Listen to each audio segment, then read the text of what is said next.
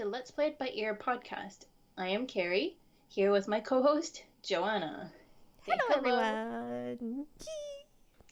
So this is Opus 4 of our podcast, and this is called Getting Into Our Brains. So this season, we're going to take a deeper dive into some of our thoughts relating to music, of course, to practicing, to concerts, to preparation, but also into how we think our background, specifically our cultural backgrounds and ethnic backgrounds, affect who we are and play a part in who we are. Mm-hmm. So this first episode, we are, at the time of recording, just getting back into the academic year, coming off of summer holidays. So we thought we would take a look at how we get ourselves back into shape after the summer holidays. Yes.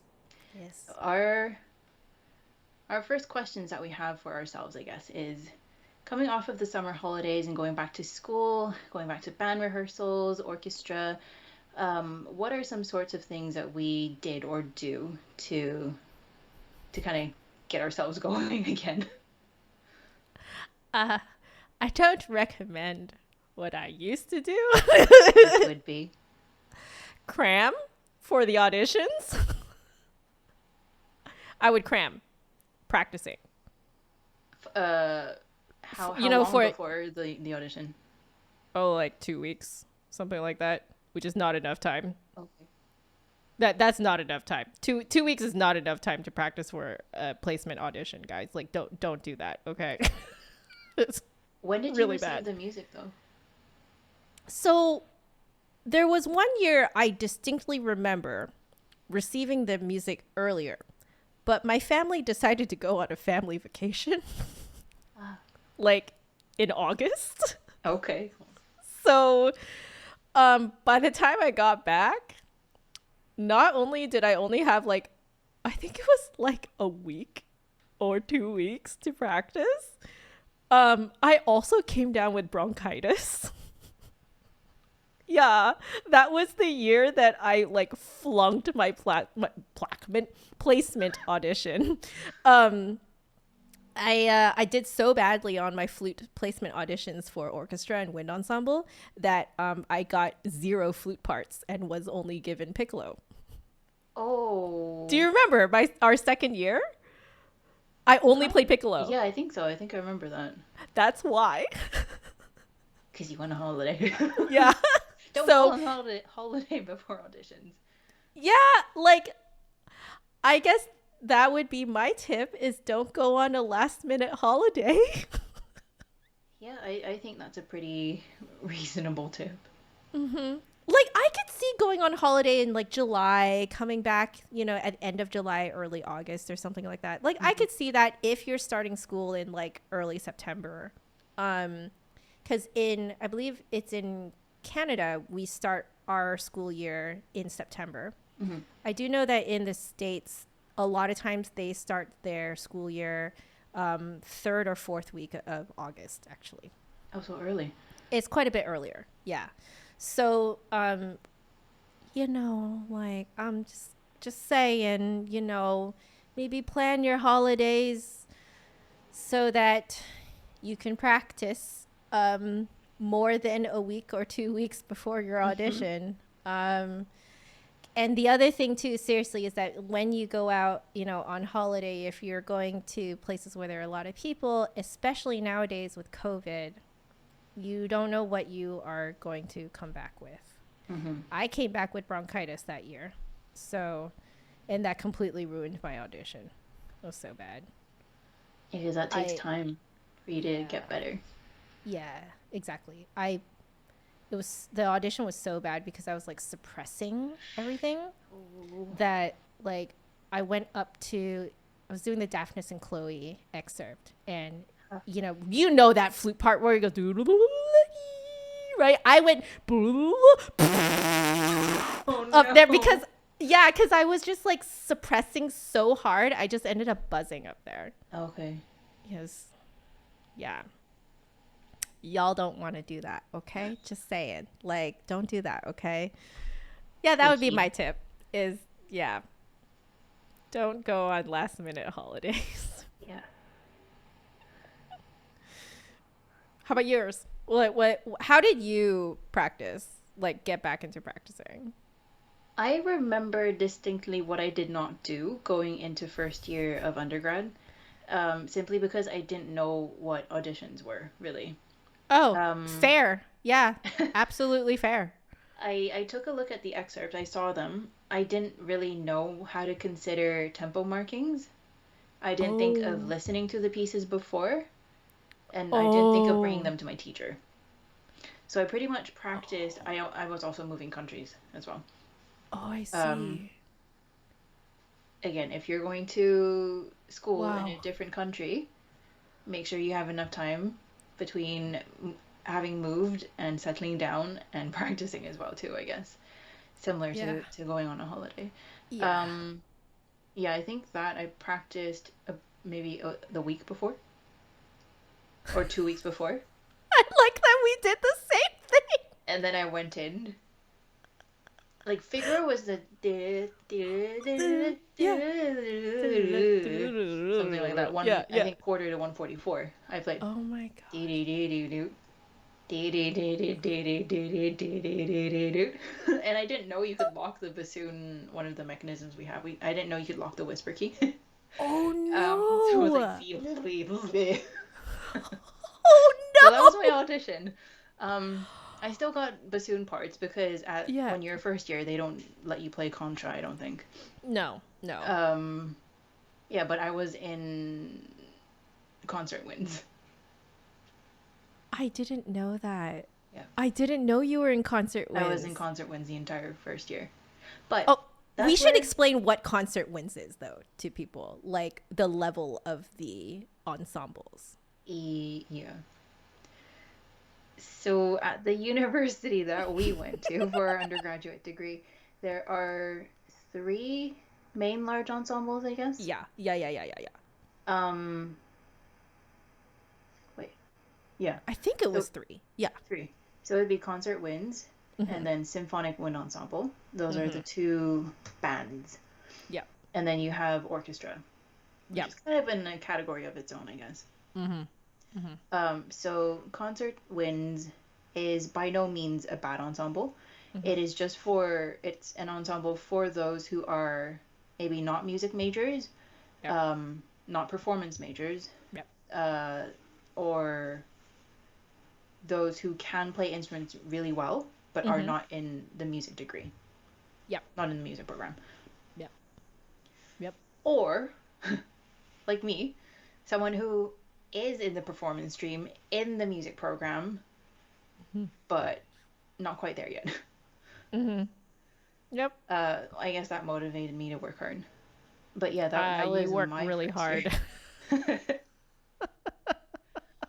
So I think my tip would be as soon as you receive your music, take a look at it. Doesn't mean you have to practice like 4 hours or No. 5 hours or whatever every day for it. Just Yeah. take a look at it, Mm-hmm. digest it, Mm-hmm. pick out all the important bits and pieces that you need to look at. Right. And how do you do that, especially if you're just going to university? Consult your teacher. Yep. If not, consult a friend who has a teacher. Mm-hmm. Mm-hmm. And then because now we all have YouTube, access to YouTube, Yep. listen Mm-hmm. to you should be able to find excerpts as well too. I think especially with the more Mm-hmm. popular excerpts, listen for uh, search for those excerpts, especially if they're done in a masterclass setting, Mm-hmm. and then listen to them in context Mm-hmm. in the piece itself. I will shout out an amazing website, Mm, orchestraexcerpts.com. Y'all need to go to this amazing website. It has all the public domain mm, uh, excerpts, orchestral excerpts for your instrument. mm-hmm. So, um, I mean, I'm familiar with the flute section. It has most of the major ones. It's only the ones that still have existing copyright on Yeah. it. Those ones are not on there. So, for example, like Peter and the Wolf is not on there, but all of the other big ones are on there, you know? Mm-hmm. So, like, not only that, but it includes an excerpt of different orchestras playing it, but just the excerpt. that you're playing. Very, very useful. It's so useful because you don't actually have to scrub around to find it. Yeah. You know, like not only that, but you can also play with the tempo. So if you want to play along with them, you can play it at Oh. like 50% tempo, like 60% tempo. It's amazing. And that site is free. Hmm. So again, orchestraexcerpts.com. Everyone go to this amazing website. Not sponsored. We're not No. sponsored by them. But they're an amazing website, and I use that site a lot to teach my students that I'm prepping for these kinds of Mm. auditions. Hmm. Yep. Yeah. Wow. Good. Interesting. Interesting auditioning experiences. I basically teach my students to just not do it the way I did. Fair. So they seem to do very well on their Okay. auditions. That's good. Much better than I did. That's So, good. yep. Yep. Well, then how did you get back into shape then after your holiday and then after getting sick as well too? Well, I mean, I didn't get back into shape in a really like healthy way, admittedly. I just kind of went, full head in the bush, like just go for it type of like blindly just start practicing, you know? Um, I didn't I didn't do a lot of long tones. I Mm. didn't do a lot of like I really should have done some exercises. You know what I mean? Like I should have done some scalar chordal type of exercises. I really should have, but I didn't because at that time I hated technique. But really, the way that I should have approached it is like an athlete coming back from vacation. Mm. Like, because when you're an athlete coming back to vacation, you can't just go like head in the bush crazy, like, Let's go. back. Yeah, right. Yeah. Like, you can't just go right back to what you were doing before. Mhm. So you have to ease into it. So, nowadays, when I've been on vacation or something and I'm coming back, what I usually do is spend um, about like a week just doing long tones. I'm just doing like Wow. harmonics and I'm just doing long tones. Because what that does is it forces me to only think about my breathing Mm. and to not hold a bunch of tension trying to go really fast and doing all these crazy things, Mhm. right? The second week is the week that I reintroduce scalar and chordal exercises. So every instrument has that method book that has like a schedule of which exercises you're supposed to do what day. And so I like to follow the 480 exercises by Marcel Moyes, and he gives you a chart that tells you what exercises you're supposed to be doing per day. Now, he gives you like 12 to do per day, but I ain't got that time right now. So I do like 3 or 4 of them, Mhm. per day. And he just kind of cycles through the keys, does all sorts of different types of scales, arpeggios, other types of chords, does them in like, broken style or, like jumping around intervals and stuff Mm. like that. So it's really good. It's just a workout Yeah. for your fingers. And like, if you treat it like a workout where like, okay, I have this set number of reps and a set number of exercises and a set number of reps that I have to do per exercise, Mm. then you just kind of go through it. You're not under this like, pressure to play everything perfectly. Mhm. You're treating it like you are exercising, like you're working out. And that's how I do it now. And it's a lot more healthy. And by the third week, I'm feeling really good and I can go right back into what I was doing before. But I definitely take it slow these days. I don't even let myself go back into what I was doing in 1 week nowadays. I take a Oh, full 2 interesting. weeks. Yeah. Nice.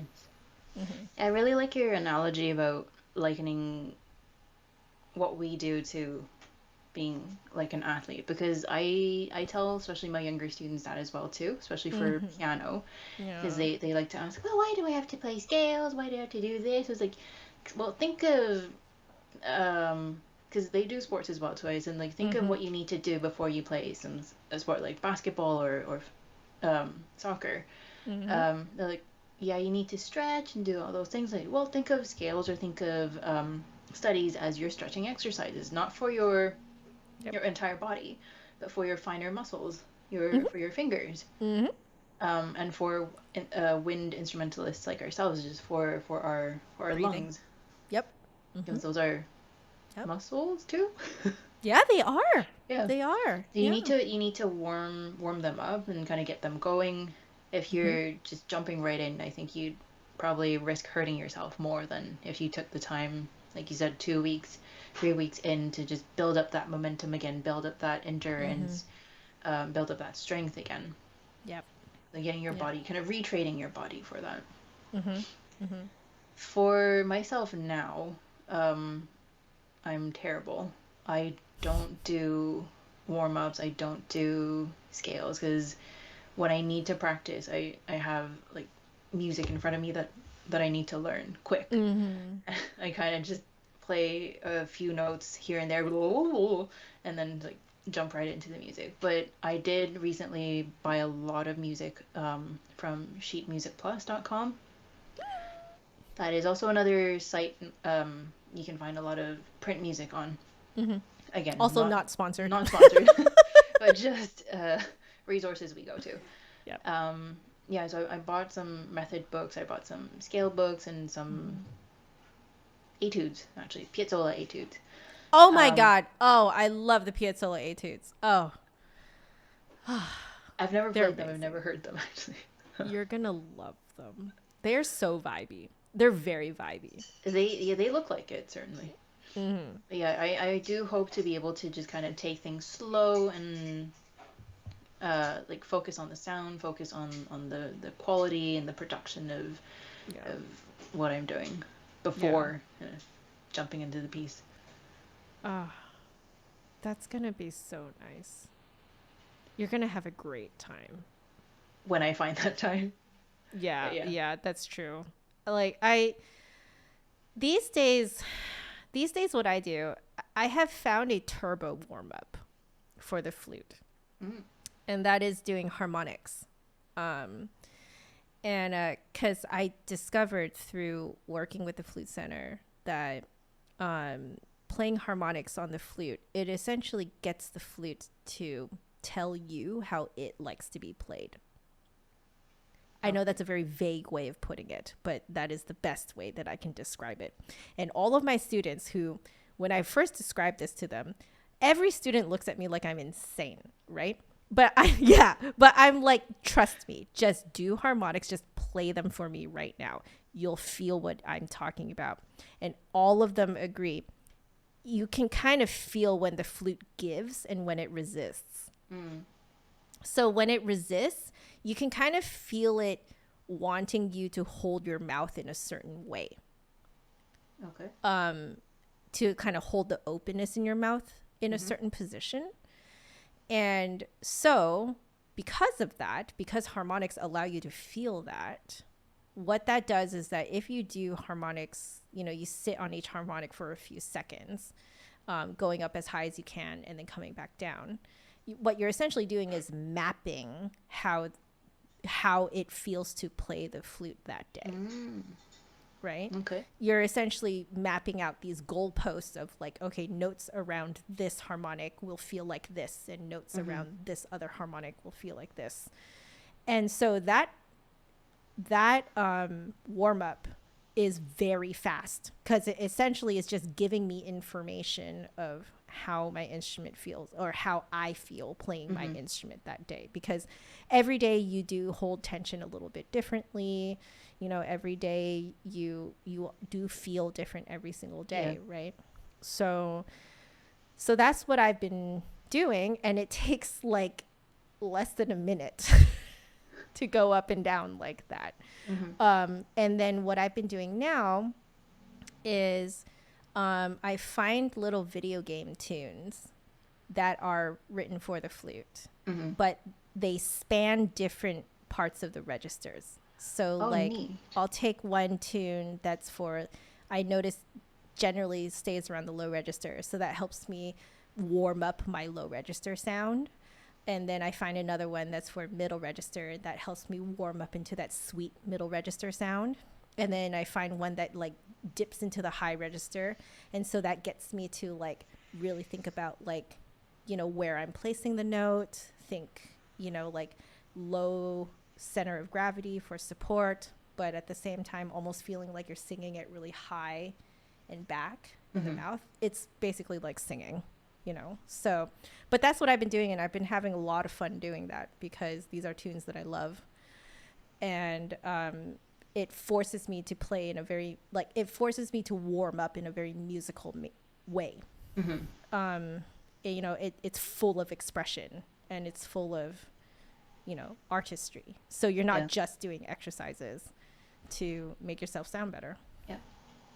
But after that, I jump into the E-Bear. Yeah. Into E-Bear Flute Concerto. Yeah. So, yeah. That's a good way, actually. That reminds me of something that I sometimes do as well too. Like after I've done my warm up, which is Yep. actually kind of choosing the reed that I want, finding a reed that works that day. Um, if I have close to me a piece that I've played before, I'm very familiar with, and I really enjoy playing it. I take it out actually, and I try and play through it again. Maybe not at full speed, not at full tempo, Right. slightly under, but Yeah. just to kind of get my fingers going, get the musicality going, get the air flowing, just to get my mind re-engaged and kind of in that zone to work on music really. Yep. Yeah, and Yep. sometimes I find that it helps me because you're playing something that you enjoy, you like doing it. I was like, oh, okay, I'm ready to go now. Okay, had a bit of fun. I'm Yep. warmed up, Yep. feeling okay.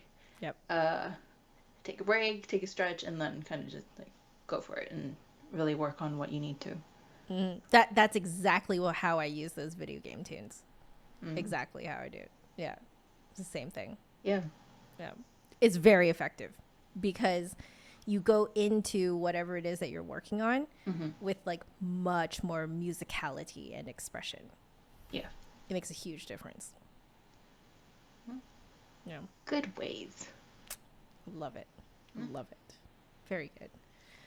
Well, I guess the last thing, just a quick little last thing is I do see on here is very interesting. How do you like re-motivate yourself though? Very frankly, I think it's just deadlines that are coming up in Yeah, the fair. form of rehearsals. Yeah. Uh, in school it'd be recitals, exams, Yep. auditions, and then now it'd be rehearsals and performances. Got it. Yep. Those would That be my motivational factors. yeah, yeah, no, totally. Very fair. I think right now I really am a work from home flutist right now. Um and so my deadlines are really random. Because it depends on if I'm collaborating with someone and they need my part, you know? So like, you know, I'll get a part and then like I'm just like, well, I have an hour free. I'm going to do a few takes and send it their way. You know? Um so what I've noticed is that for my like where my career is now, it's not so much the motivation is not motivation at all. It's just discipline. Like I just need to set a schedule that I give out to my audience, to my viewers every Saturday at noon on my social media. Um, I say I'm going to be practicing on these days at these times. Come drop by my stream if you want to hang out, if you have some time and you want to hang out. And so what that does is it forces me to feel like I am accountable to someone, that I've made an appointment with someone. And so because now my practicing sessions are appointments, I have to go to them. That's a very interesting way of thinking of it. Actually, while you were saying that, that one word came to my mind, professionalism. Professionalism. Mm-hmm. Mm-hmm. Mm-hmm. Yeah, I think accountability and being professional. I mean, in the Yep. in our in the point of our careers right now, I think Mm-hmm. that we're no longer looking at, oh, I need to, or this exam's coming up, this Mm-hmm. recital's coming up, blah blah blah. It's more so just like bottom line, we Yep. love doing music. I Yep. think that underlying is our main motivational factor. Mm-hmm. We love doing music. It Yep. will always be a part of us, be a part of our lives. Mm-hmm. But also that we kind of need to maintain that a certain level of what we're Yep. doing in order to keep what we're doing. So Yeah. It's the concept of reliability, right? yeah, Like, as a professional, you have to be reliable. And part of being reliable is being able to play anything anyone wants at any time, pretty much. which means that you have to practice regularly to keep up what you are doing. Do Hmm. you have to practice like a maniac all the time, 4 hours a day, like a part-time job? No, because I'm just gonna tell you that you don't have time to do that even as a professional. Okay, so like, but you do have to practice regularly, like a workout. Hmm. It's like you're working out, you know, like however many times a week. Yeah, Yeah. You have to keep yourself fit. yeah, and stick with as best as you can. Kind of stick with that schedule, Yep. whatever it is that you've worked out for yourself. Exactly. So, reliability. It's not motivation as much as it's, like you said, professionalism. Yep, Yep. Wonderful. I think I that's a good think, place to wrap up. yes, you took the words right out of my mouth. It's a perfect place to end. So, I guess I am doing the outro today. Yes? Hmm. Okay. I'm going to see if I remember how to do all this. Okay. Well, anyway, guys, I hope you guys enjoyed our conversation today. And maybe it was a source of motivation for you guys. I don't know. But we hope that you guys can share with us as well how you get yourself back into shape, Hmm. um, to back into playing your instrument. But if you guys enjoyed what you saw here, please make sure you like and subscribe, and ring the notification Ding bell ding ding. to get exactly ding ding ding to get notifications on when we post next. We have our social media, so you can find us on Facebook at Let's Play It by Ear Podcast. You can also find us at Let's Play by Ear Podcast as well on Instagram. We are also at let_ear, even though our full name on there, like our actual name on there, is actually Let's Play by Ear Podcast. But that is our username, and that's how you can find us. And of course, you can listen to us on anchor.fm / Let's Play It by Ear -podcast. It is a honestly really great platform there that distributes to other platforms that you probably already listen to podcasts to. So head on over there and connect to whichever podcast platform that you like to listen to, and you can listen to us there. And if you guys have any thoughts that you would like to share with us, any stories, how you get back into shape, please email us at letsplayitbyear.podcast@gmail.com. And last but not least, you can go to our website that is always, if I am not, if I don't forget about it and I'm actually being a professional, I will always update it with the latest episode. Sometimes it has to be a couple of hours after it's been released, but such is life. But it will be updated by the end of the day that a new broadcast is up. So, guys, thank you so much for watching and for listening. We love you all, and we hope to see you guys in the next episode. All right. Laters, everyone. Bye. See you.